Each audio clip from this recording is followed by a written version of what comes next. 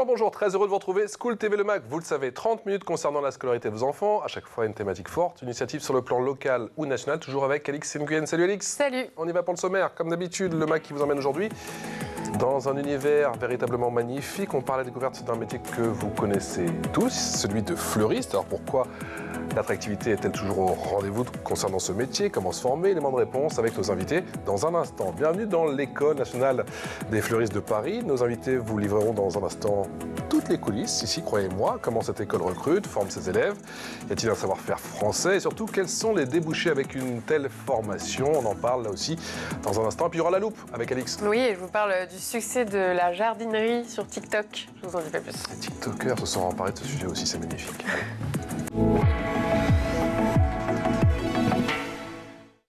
Bonjour Lily Tisser. Bonjour. On est très heureux de vous retrouver. Directrice de l'École nationale, heureuse directrice de l'École nationale des fleuristes de Paris, qui se trouve où, à Paris? Dans le 19e. Dans ce magnifique Juste derrière arrondissement, les Buttes-Chaumont. juste à côté des Buttes-Chaumont. Du coup, vous êtes très très bien placé, effectivement, pour cette école. Léo Guidé, bonjour, qui nous a rejoint. Merci d'avoir accepté notre invitation également. Étudiant, 4e année? C'est ça, deuxième année. C'est la dernière? C'est la dernière. On en voit le bout, brevet professionnel. Meilleur apprenti de France, Merci. Félicitations. C'était en quelle année? Alors c'était en CAP deuxième année, c'était il y a un an. Il y a 1 an et demi. Ouais. Non, on l'est pour la vie. Et en lice pour les World Skills. C'est quoi les World Skills? Les World Skills, c'est un championnat national d'abord, qui est une étape un peu nationale. Et en D'accord. plus, ensuite... Que pour les fleuristes ou il y a aussi d'autres métiers représentés? Non, il y a beaucoup de métiers. D'accord. Et ensuite, si on va jusqu'au bout, ce que je souhaite, on verra. Je rephrase. Je reformule. Quand j'irai jusqu'au bout. Quand ouais. j'irai jusqu'au bout, on pourra aller à l'international. Et cette année, je crois que ce sera en Croatie. Pas mal. Donc, ouais, voilà. Il y a pire. Il y a pire. Il y a pire, effectivement. Donc, une belle formation, un très beau métier et des voyages à la clé. Rien que ça. On va parler, bien évidemment, de votre école, de votre formation, avec aussi quelques partenariats, j'ai le sentiment. Ça donne ça, du côté de Chambord.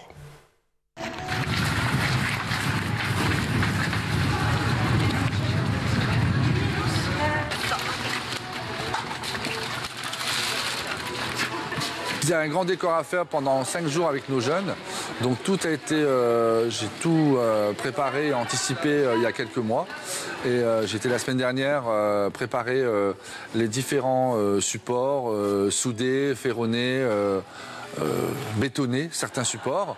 Et aujourd'hui, les jeunes vont commencer dès aujourd'hui à commencer à fabriquer, c'est-à-dire à assembler les différents éléments que j'ai préparés pour préparer le Noël à Chambord. On a 12 espaces à décorer, de la façade d'entrée à la billetterie. On a aussi un buffet du roi à préparer dans les bras de croix du château. On a l'enfance du roi, on a la chambre de la reine, on a la première antichambre, deuxième antichambre, la galerie et la chapelle, le grand moment, pièce monumentale, on va dire. Voilà, Chambord à Noël, c'est l'une des nombreuses initiatives que vous produisez dans votre école. Quel est le lien justement entre ce métier de fleuriste et le patrimoine français? Alors, l'art floral français fait partie du patrimoine national. L'art floral français, c'est vraiment une technique particulière, puisque, en fait, il est déjà reconnu dans le monde entier. Alors, il y a plusieurs techniques florales. On connaît tous l'ikebana en termes de pratiques florales là, qui nous vient d'Asie, du Japon. Et l'art floral français a été de tout temps inscrit en tout cas dans l'univers des châteaux, puisque c'était le château des Dames, par exemple, à Chenonceau, qui est l'un des châteaux les plus fleuris aujourd'hui. L'art les plus connus, reconnus, justement, les Asiatiques, les Français? Oh, ça se partage. Ça se partage? Qu'est-ce que vous en pensez? Je pense que les Français, ils ont quand même une bonne réputation au niveau fleurs. Et il y a une bonne qualité de savoir-faire, en tout cas, qui est bien valorisée à l'étranger, surtout. Qui est bien valorisé à l'étranger, c'est-à-dire qu'on peut faire ce métier aussi bien en France, mais ce métier s'exporte aussi. Exactement. C'est aussi le but? Dans quel pays? Oui. Aux États-Unis, par exemple? Partout? Aux États-Unis, en Europe. Dans les grands hôtels, pour des particuliers, donc on peut bosser aussi bien dans le public que dans le privé. Ça a commencé comment pour toi, cette histoire d'amour, cette passion pour les fleurs? Alors moi, mes deux parents, ils sont paysagistes. Ah, déjà, ça peut aider, ça peut influencer. J'ai un peu baigné dedans depuis que je suis tout petit. D'accord. Et puis après, je voulais pas trop être dehors tout le temps, sous la pluie, avec le froid et tout ça. Mais j'adore les fleurs. Ouais. Et donc, Encore un qui va bosser à Los Angeles, je te dis, moi. et donc, fleuriste est venu assez vite dans mon esprit. Et donc, après ma troisième directement, j'ai décidé de ne pas faire mes 3 ans de lycée, D'accord. Parce que je ne voyais pas forcément l'utilité. Tu savais ce que tu voulais faire? Je savais exactement ce que je voulais faire. Et donc, je me suis directement rapproché du coup de l'École nationale des fleuristes. Est-ce que c'était plus compliqué que ce que tu pensais au début? Parce que j'imagine que tu as dû commencer à confectionner tes premiers bouquets assez rapidement. Et après, comme l'a dit Lily, il y a toutes sortes de techniques et il y a un véritable savoir-faire. Bah, c'est pas exactement ce que je m'attendais, mais j'étais assez surpris en bien. La seule chose, c'est les horaires de travail. Enfin, le travail, c'est assez compliqué, il faut le savoir. D'accord. Que c'est des choses où il faut travailler le week-end, où il faut être assez disponible. D'accord. Mais niveau fleurs et tout ça, enfin, je m'attendais pas du tout à ce qu'il y ait autant de possibilités surtout. Et Il y a beaucoup de techniques, c'est ça? Il y a Il y a tout l'aspect technique, ouais. C'est exactement. Et puis, je ne m'attendais pas à ce qu'il y ait autant de branches possibles à aller dans le métier aussi. Donc, Ça, c'est plutôt une bonne surprise, Alix. Lily, est-ce qu'il y a des qualités essentielles chez un artisan fleuriste? Oui, forcément. Il faut être patient déjà, il faut être à l'écoute de son client. Parce que même si on est un grand créatif, c'est quand même à la fin le client qui décide si le bouquet est à la hauteur de ce que lui avait en tête.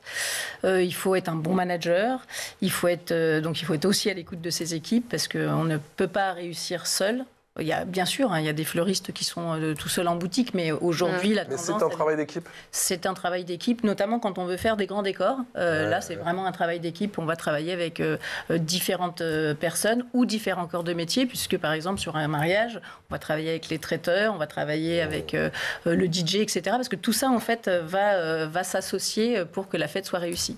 Qui sont les élèves que vous accueillez depuis tout le temps, mais c'est vrai qu'il y a peut-être eu comme une accélération, si je puis dire, pour vous aussi, pendant la période Covid, puisqu'il y a toujours ces métiers avec cette quête de sens. Exactement. Alors nous, là, on assiste effectivement à un changement de profil de nos étudiants, puisque avant on était avec des jeunes comme Léo qui arrivaient ils savaient exactement ce qu'ils voulaient faire et donc ils arrivaient comme fleuristes. Aujourd'hui, on a des jeunes qui arrivent, alors qui ont aussi en fait cette envie d'être fleuristes, mais qui ont souvent, moi je dis qu'ils ont perdu du temps parce qu'ils ont d'abord été navigués un petit peu à l'université, ils ont passé le bac, ils sont allés à l'université ou ils ont fait un BTS ou des choses comme ça. Et en fait, ils arrivent et la première chose qu'ils nous disent, c'est moi j'ai fait mon stage de 3e chez un fleuriste, j'ai toujours aimé la fleur, mais mes parents ont voulu que je passe le bac. Parce que c'est les parents, parce que c'est l'entourage qui souvent... leur dit mais passe d'abord ton bac, parce qu'ils ne voient pas finalement le métier de fleuriste comme une fin en soi. Je pense. Alors qu'il y a des fleuristes... c'est comme tous les métiers. Tu peux très très bien gagner ta vie.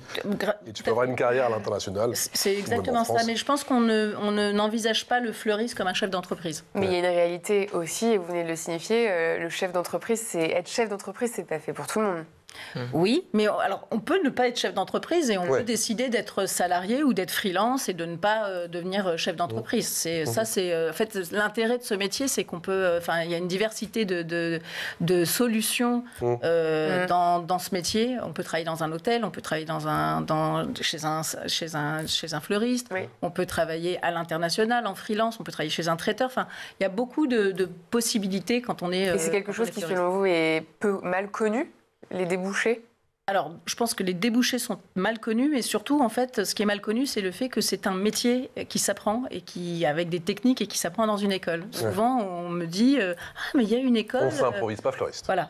C'est pas il y a une boutique dans mon quartier qui est libre, je vais donner un coup de peinture et puis je vais être fleuriste. Ça, c'est pas possible. Voilà. Est-ce qu'à terme, l'idée, c'est quand même d'avoir son propre lieu, son propre magasin? Je vais vous confier quelque chose.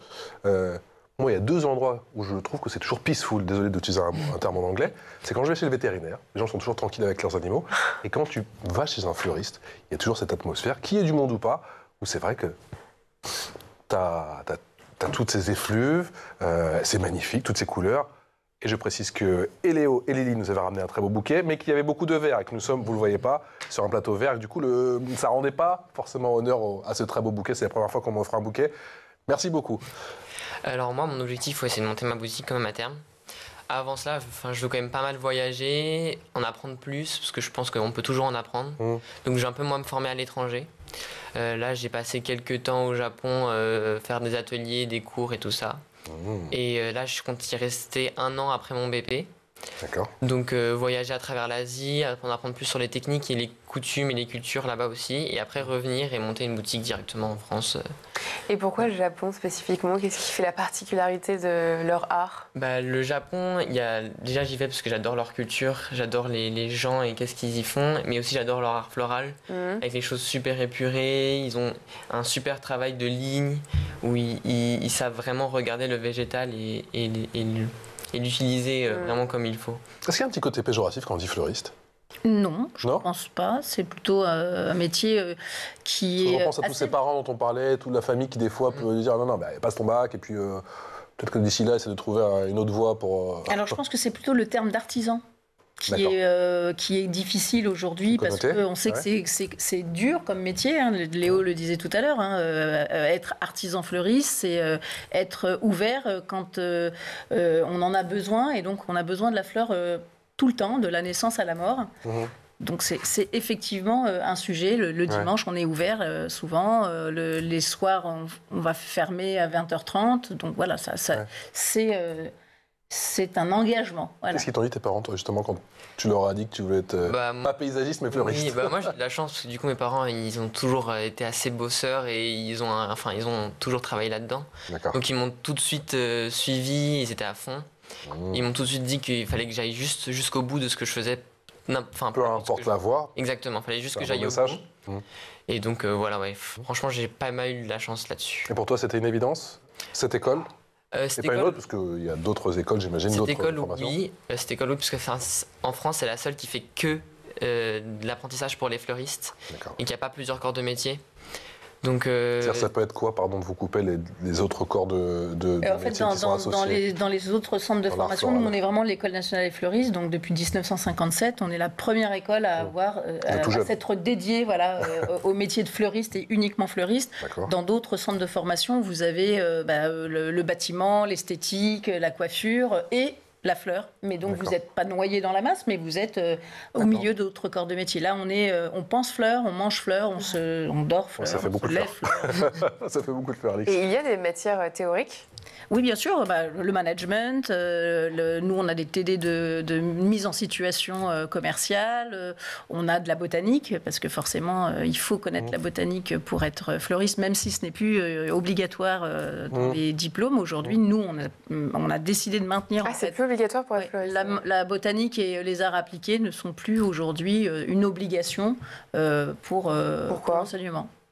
Je ne suis pas à l'éducation nationale, mais enfin nous, ils estiment que c'est pas un incontournable. On a décidé de maintenir, nous, cet enseignement jusqu'au bout, parce qu'un grand fleuriste, quelle que soit la taille de sa boutique, c'est un fleuriste et qui est capable non seulement de vendre ses fleurs, mais de conseiller aussi sur l'entretien des végétaux qu'il vend. Donc, mais ça veut dire qu'à la fin de votre formation, un élève sait tout ce qui existe.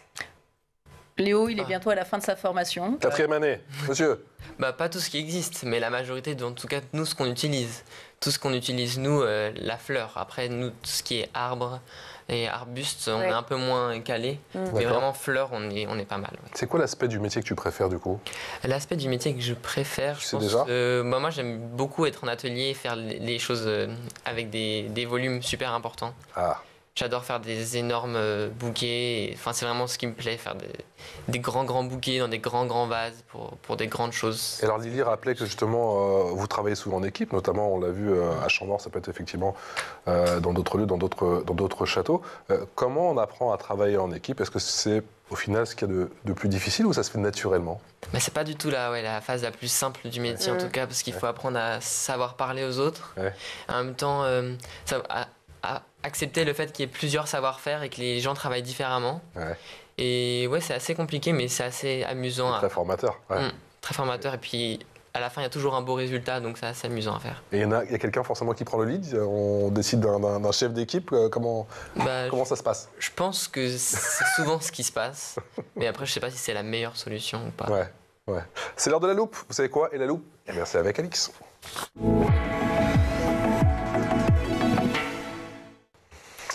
On a beaucoup parlé effectivement des fleuristes, on va parler cette fois-ci des jardiniers qui font un véritable carton. Partons sur les réseaux sociaux. Oui, amateur, celui-là. Je vous avais déjà parlé de Goran, le permaculteur.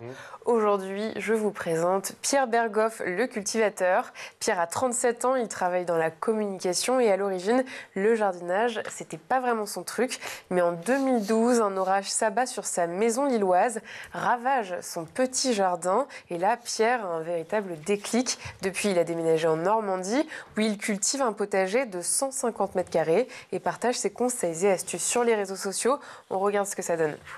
Plus dur avec une bouture de jasmin étoilé, c'est de trouver une tige qui n'a pas fleuri. Il vous faut une tige d'au minimum 15-20 cm et on va venir couper juste en dessous d'un œuf, juste en dessous de 2 petites feuilles. On en profite pour faire plusieurs boutures. Il vous faut des tiges entre 15 et 20 cm. Si votre tige est trop longue, on n'hésite pas à couper juste au-dessus d'un autre nœud. Je pince les feuilles du bas. On coupe les 2 dernières feuilles de 2 tiers pour éviter l'évapotranspiration. Au moment de mettre vos boutures dans l'eau, il faut faire attention à ce que les 2 nœuds soient bien immergés et les feuilles ne doivent surtout pas être au contact de l'eau. On place ensuite le tout dans une pièce lumineuse et aérée. On garde le niveau de l'eau au-dessus des 2 nœuds et si l'eau se trouble, on la change. Mais on ne change pas l'eau trop souvent, sinon les boutures ne vont pas prendre.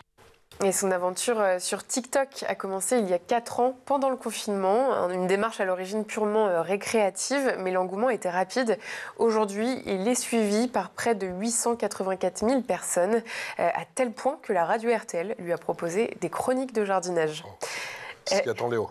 Lily, vous en pensez quoi de ces jardiniers amateurs ? Ben oui, c'est plus des amateurs. Oui. 884 000. Lui, non, mais lui, parce qu'on parle de formation, mais lui, pour le coup, c'est un vrai autodidacte.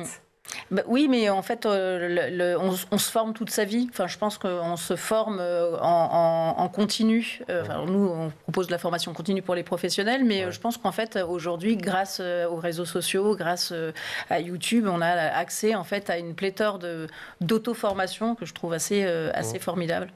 Donc, bon, mais je les invite quand même à venir se spécialiser. Oui, bien sûr, à l'école.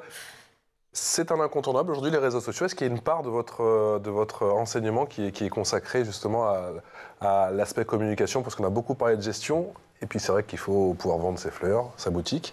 Est-ce que ça, c'est quelque chose que vous intégrez ou pas encore? Alors, c'est quelque chose qu'on a été en fait qu'on est obligé d'intégrer. Ouais. D'abord parce que nos maîtres d'apprentissage, donc les professionnels qui accueillent des jeunes, sont... On en a vu un tout à l'heure dans le reportage. Voilà, qui sont un petit peu d'une ancienne génération. Donc, effectivement, le numérique n'est pas tout à fait leur truc.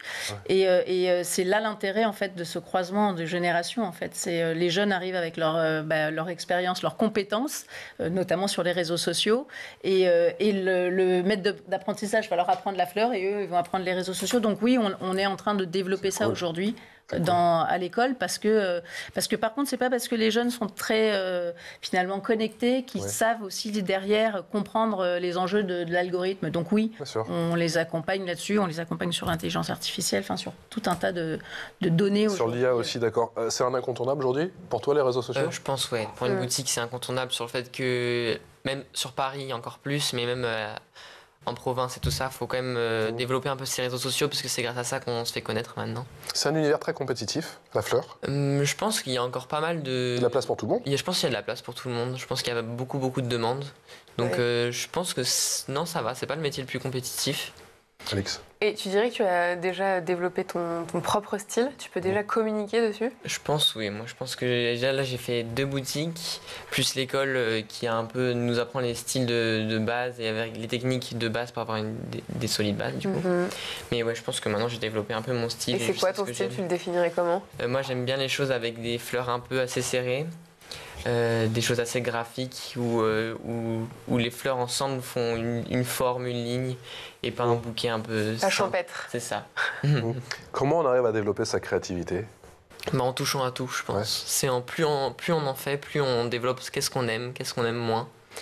Et c'est en faisant qu'on sait ce qu'on veut faire et qu'est-ce qu'on sait faire surtout. Lily disait que vous rêvez fleurs, vous mangez fleurs, vous pensez fleurs. C'est le cas également la nuit? Tu travailles avec des nouvelles idées? C'est ça. Moi, je rêve de ma boutique, future boutique la nuit. Ah, tu la visualises la nuit? Ah ouais, je visualise ma boutique la nuit.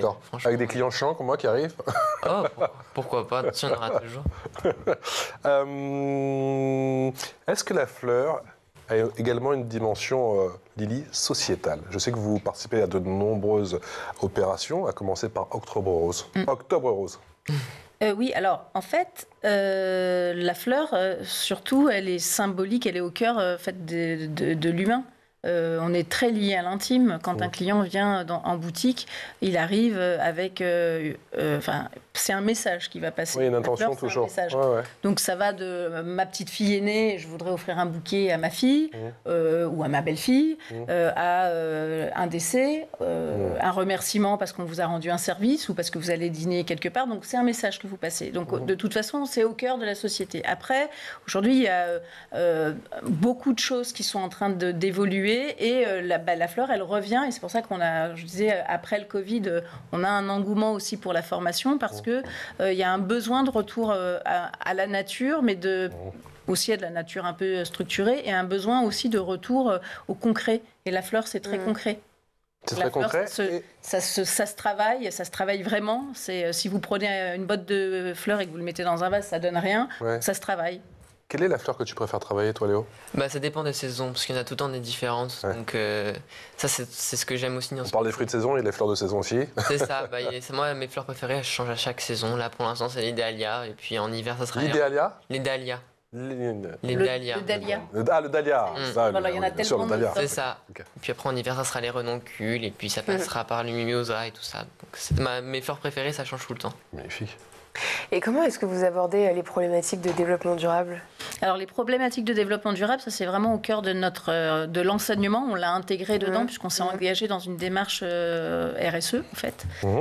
Et l'objectif, l'école, nous, elle est rattachée à une organisation professionnelle, donc elle accompagne en fait la transformation et les apprentis participent en fait à cette transformation.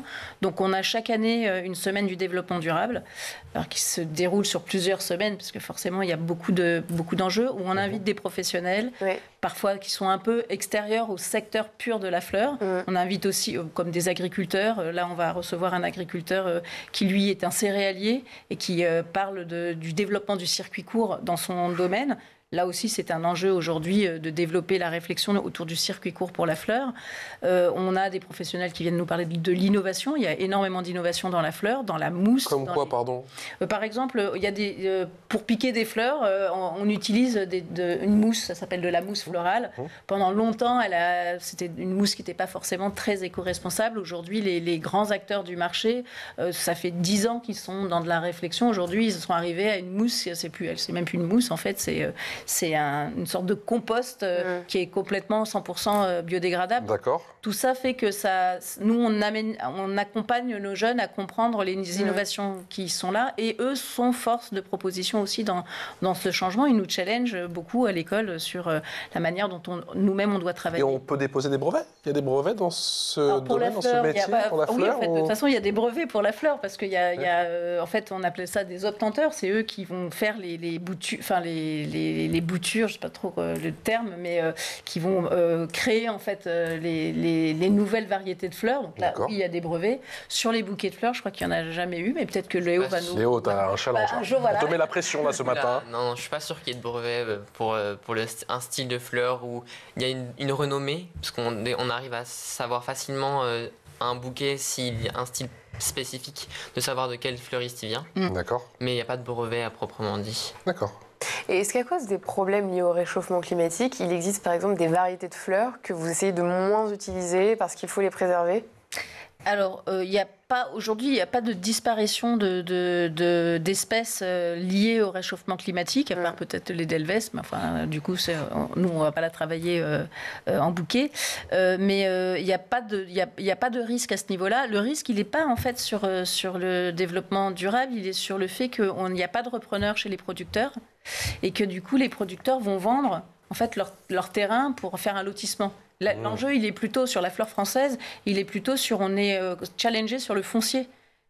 C'est plus ça. Et puis après, effectivement, on n'a pas le droit d'utiliser les pesticides en France, donc il n'y a plus de roses, ou il y a pratiquement plus de producteurs de roses, parce que c'est très compliqué. La rose, elle est attaquée par plusieurs maladies, Et sans les pesticides, c'est presque impossible d'en produire. Je dis bien, c'est presque impossible. Il y a quand même des producteurs de roses qui le font. Mais forcément, l'offre est... Pas à grande échelle. Donc l'idée, c'est plutôt, dans le développement durable, c'est de réfléchir au sourcing, enfin, d'où vient notre fleur, d'où viennent les origines de la fleur, et d'aller chercher les fermes florales, même si c'est en Afrique, d'aller chercher celles qui sont vertueuses et qui amènent une vraie réflexion autour du social et de l'environnement.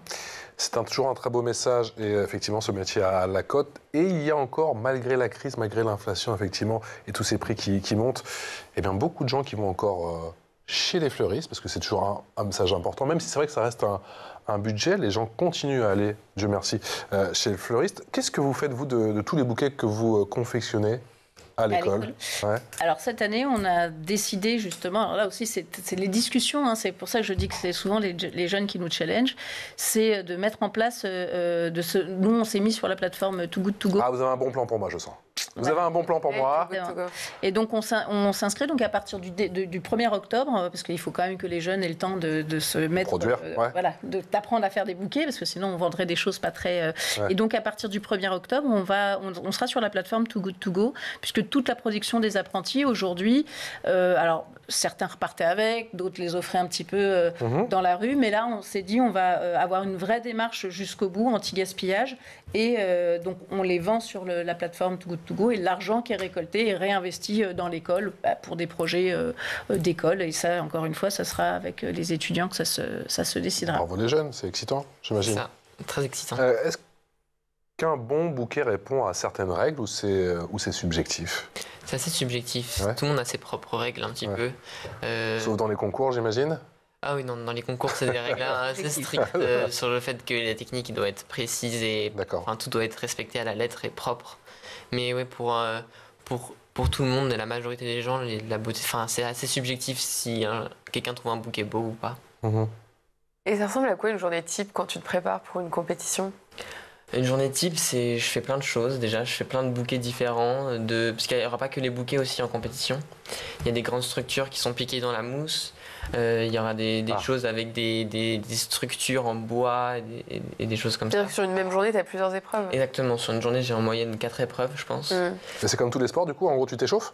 En fait, c'est ça. Je m'échauffe un peu. Des gammes, c'est ça. C'est ça. Des gammes. Comme le musicien, tu chauffes tes doigts. Et puis, vu que j'ai pas de sujet à préparer en avance, je saurai le jour J, chaque épreuve, qu'est-ce qu'il faut faire. Avec... Ils vous disent pas en amont ce qui vous sera demandé. Donc, je fais plein de choses. J'ai dans mon panel, je fais, comme on disait tout à l'heure, pour avoir encore plus de créativité. Et donc, je fais. Et puis, comme ça, sur place, je serai un peu plus efficace. Et puis, surtout, plus créatif pour faire des choses encore plus jolies et plus innovantes. Je sens que tu vas cartonner sur TikTok, toi. Combien d'élèves dans votre école, Lily? Alors aujourd'hui, on est à 450 en moyenne chaque année, répartis sur 3 semaines en fait, puisqu'on a 150 élèves par semaine. Ils sont, comme on enseigne par voie d'alternance, on a 1 semaine à l'école, 2 semaines en entreprise, donc ça tourne, de manière à ce que ça soit le plus fluide possible. Et puis, je disais tout à l'heure, entre 150 et 200 personnes en formation de reconversion professionnelle. 4 ans? 4 ans en moyenne. En moyenne 3 ans, 4 ans. Avec certains qui se spécialisent aussi? Ou pas forcément? Là, on n'a pas vraiment de spécialisation. Par contre, on a une voie et à un moment, je veux devenir chef d'entreprise. Ouais, pour la gestion. Et, voilà. Et là, on va vraiment aller plus sur de la gestion et du management. Merci infiniment à tous les deux. Merci. Et désolé, je ne peux pas montrer le bouquet à l'entrée. Je vous enverrai la photo de ce magnifique bouquet parce qu'effectivement, on est sur fond vert. Ça ne se voit pas toujours. Il y a le trucage et que malheureusement, il y avait beaucoup de feuillage sur ce... Malheureusement. C'est comme toujours dans les très beaux bouquets, beaucoup de feuillage. Et du coup, c'est vrai que ça disparaissait sur le plateau. Ça ne rendait pas honneur à ce magnifique bouquet. Merci infiniment à tous les deux. Merci à vous. On espère vous revoir très bientôt. Il faudra revenir quand on aura gardé les World Skills. C'est ça, avec plaisir. Avant le voyage en Croatie, s'il te plaît. Alix, on se retrouve demain. À demain. Ciao.